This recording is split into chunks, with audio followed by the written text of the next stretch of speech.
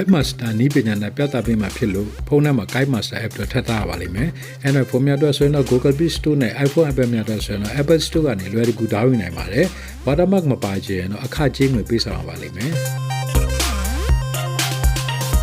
ဒီအတွက်ကို Google Map ကိုဖွင့်ရပါမယ်။အဲ့တော့ Google Map ဖွင့်ပြီးတော့ကမ္ဘာမြေပုံကိုလိုချင်တဲ့အပိုင်းကိုညှိပြီးတော့ရယူရပါမယ်။ပြီးရင်အဲ့ဒီပိုင်းကို screenshot ကိုရိုက်ထားရပါမယ်။ပြီးရင်ဖုန်းထဲမှာတင်ထားလိုက်ပါ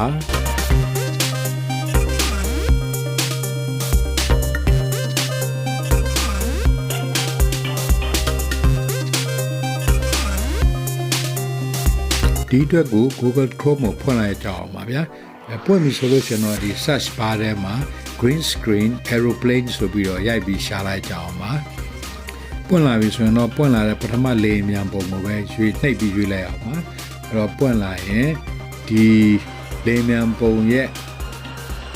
link ကိုကျွန်တော်တို့ copy လုပ်မယ်ပြီးလို့ရှိရင် download လုပ်ပြီးတော့ဖုန်းထဲမှာတင်ထားလိုက်ပါမယ်အဲ့ဒီနှစ်မျိုးရပြီဆိုရင်တော့ဖုန်းထဲက Kinemaster app ကိုဖွင့်ပြီးတော့လုပ်ငန်းကိုစလိုက်ကြအောင်ပါ Kinemaster ကိုနှိပ်ပြီးဖွင့်လိုက်မယ်ပြီးရင် new project ကိုနှိပ်မယ်ပြီးရင်ဒီမှာ16ချိုး9ကိုရွေးပြီးတော့ရင် create ကိုနှိပ်လိုက်ပါမယ်အဲ့တော့ဒီထဲမှာက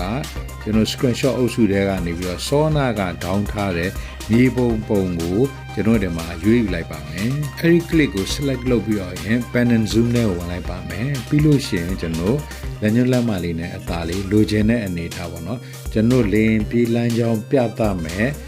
နိုင်ငံနဲ့မြို့တွေကိုပအောင်ကျွန်တော်ချိန်ယူလိုက်ပါမယ်အဲချိန်ယူပြီးသားအနေထားမှာကျွန်တော်ပထမနဲ့နောက်ဆုံးအကွက်ကညီအောင်လို့ကျွန်တော်ညီမျှခြင်းကိုနှိပ်ရွေးလိုက်ပါမယ်ဒါဆိုရင်ပုံကမရွေးတော့အသေးဖြစ်သွားပါမယ်ပြီးလို့ရှိရင်အောက်က clip ကိုလည်းကျွန်တော်10စက္ကန့်စာကိုဆွဲဆန့်ပေးရပါမယ်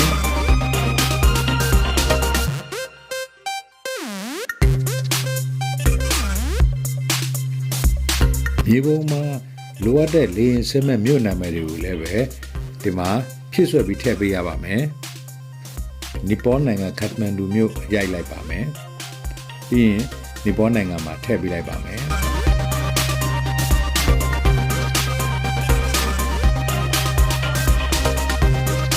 အခါ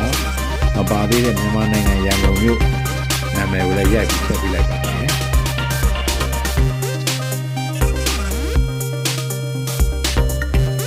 ဒီတခါတော့လေရင်လမ်းကြောင်းဆွဲဖို့လုပ်ပါမယ်အဲ့တော့ layer တွေကနေပြီးတော့ handwriting ဆိုတဲ့ကလောင်ပုံလေးကိုရွေးလိုက်ပါမယ်ပြီးလို့ရှင်သူ့ကိုနှိပ်လိုက်ရင်အခုလိုကလောင်ပုံပေါ်မယ်အဲ့ဒီမှာရင်းချောင်းပုံကိုရွေးပြီးတော့အောက်ကအဆက်ကိုနည်းနည်းအကြီးလေးကိုရွေးလိုက်ပါမယ်ပြီးရင်အိန္ဒိယနိုင်ငံမွန်ဘိုင်းမြို့ကနေပြီးတော့လေရင်ပြည်လမ်းကိုစတင်ပြီးဆွဲလိုက်ပါမယ်အဲ့တော့ကတ်မန်ဒူနီပေါနိုင်ငံကြီးဆွဲပါမယ်ပြီးရင်ကတ်မန်ဒူနီပေါနိုင်ငံကနေပြီးတော့မြန်မာနိုင်ငံရန်ကုန်မြို့ကိုဆွဲပါမယ်ပြီးရင်ရန်ကုန်မြို့ကနေပြီးတော့ထိုင်းနိုင်ငံဘန်ကောက်မြို့ထိကိုဆွဲလိုက်ပါမယ်ဆွဲထားတဲ့လမ်းကြောင်းပြမြေပုံကို select လုပ်မယ် MapAnimation ကိုရွေးပါမယ်ဒီထဲမှာကျွန်တော် web right ကိုရွေးပေးလိုက်ပါမယ်ပြီးရင် duration အချိန်ကိုလည်းပဲအကြာဆုံးပေါ့20စက္ကန့်အလွန်ထားပါမယ်ဒါကြလို့ဆွဲဆန့်ပြီးရင်တော့5စက္ကန့်ကျော်6စက္ကန့်အထိကိုဆွဲဆန့်ပေးထားလို့ရပါတယ်အဲ့တော့အောက်ကဒီလမ်းကြောင်းပြမြေပုံကို10စက္ကန့်စာထပ်ဆွဲလိုက်ပါမယ်ပြီးရင်သူ့ရဲ့ duration ကိုလည်းပဲကျွန်တော်ထပ်ပြီးတော့ရင်မြင့်ပေးရမှာဖြစ်ပါတယ်အဲ့တော့ကျန်တဲ့စာတမ်းများကိုလည်းပဲအပွား10စက္ကန့်စာနဲ့ညီမျှအောင်အညီမျှဆွဲပေးလိုက်ပါအဲ့တော့အဲ့ဒီမှာလမ်းကြောင်းပြမြေပုံရဲ့ duration ကိုထပ်ပြီးတော့ပြီးလိုက်ရင်အချိန်တိုးလို့ရပထမ2စက္ကန့်ပဲရှိတယ်အခု5စက္ကန့်ကျော်အထိဆွဲပြီးလို့ရပါပြီဆွဲထားတဲ့လေရင်လမ်းကြောင်းပြမြေပုံလေးကိုတစ်ချက်ဖွင့်ကြည့်လိုက်အောင်ပါ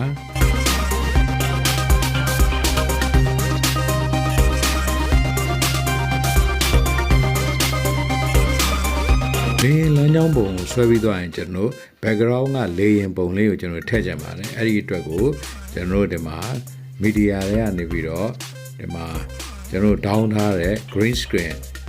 aeroplane ကိုဒီမှာရွေးရပါမယ်အဲ့တော့နှိပ်လိုက်ပါမယ်နှိပ်ပြီးသွားရင်ကျွန်တော် okay နှိပ်လိုက်ပါမယ်အခုလို green screen ပေါ်လာပါပြီပေါ်လာရင်ဒီမှာကျွန်တော် chroma key ကိုရှာရပါမယ်ဒီမှာ chroma key တွေ့ပါပြီ chroma key နှိပ်လိုက်မယ်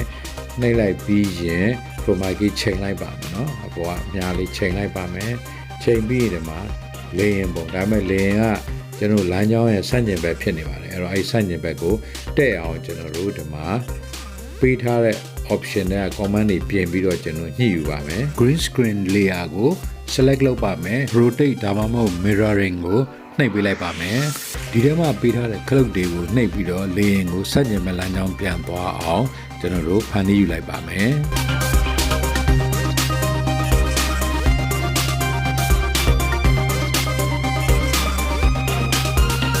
green screen video layer တွေက layer စပြီးဝင်လာတဲ့နေရာနေပြီးတော့ထွက်သွားတဲ့နေရာအပိုင်းမဲ့ထားပါမယ်ပြီးတော့ layer မပေါ်တဲ့အပိုင်းကိုကြံပိုင်းတွေကိုဖြတ်တောက်ပေးပါမယ်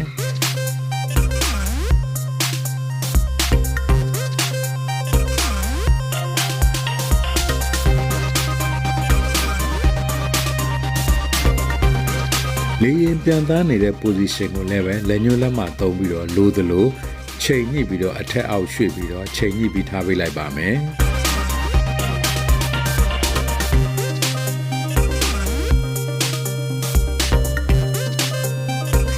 လေရင်ပြန်သားနှုတ်ကိုလည်းပဲ slow motion နဲ့ထည့်ဖို့အတွက်ကို speed တွေကိုနှိပ်ပြီးတော့ရင်အချိန်ကိုနည်းနည်းလေး short ပေးလိုက်ပါမယ်လောလောဆယ်လှုပ်ထားသလောက်လေးကိုဖွင့်ကြည့်အောင်ပါ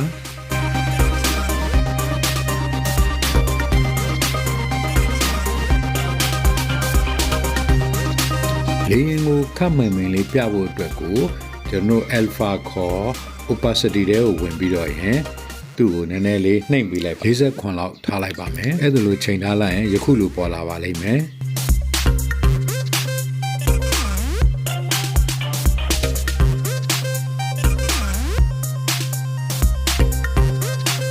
တခါဒီအဆုံးပိုင်းလေးမှာပိုထွက်နေအပိုင်းလေးကိုကျွန်တော် select လုပ်မယ်ပြီးလို့ရှိရင်ကျွန်တော် split လုပ်ပြီးတော့ဖြတ်တောက်လိုက်ပါမယ်ဖြတ်တောက်လိုက်ပြီးတော့အဲ့ဒီအပိုင်းလေးကို pen and zoom ရွေးပြီးတော့ရင်ညီမချင်းကိုဖြုတ်မယ်အဆုံးအပိုင်းလေးကို zoom ဆွဲယူလိုက်ပါမယ်เนาะလက်ညှိုးလက်မကြားထားပြီးအဲ့လိုမျိုးအကျယ်ချက်ပြီး zoom လုပ်လိုက်ပါမယ်နောက်ဆုံး destination ဖြစ်တဲ့ထိုင်းနိုင်ငံဘန်ကောက်မြို့ကို zoom ဆွဲပြီးပြထားပေးလိုက်ပါမယ်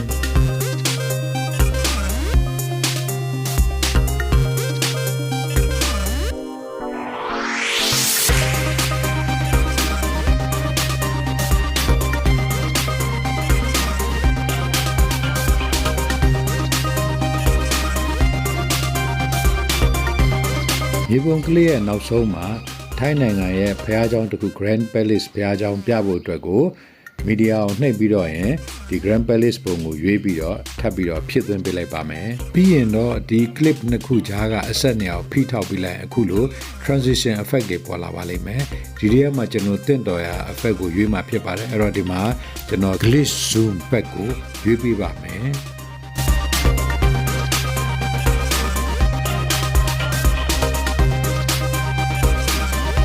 glitch zoom effect နံပါတ်5ကိုရွေးပေးလိုက်ပါမယ်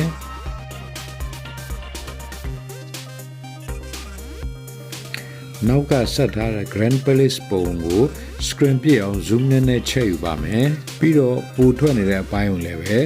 ဖြတ်တောက်လိုက်ပါမယ်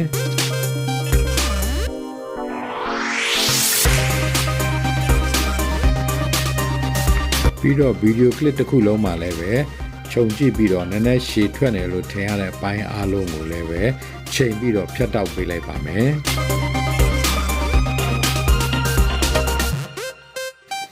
ပြီးတော့ကဖြတ်တောက်ပြီးတဲ့အပိုင်းတွေကိုရရှိလာတဲ့အပိုင်းကိုကြည့်လိုက်ကြအောင်ပါ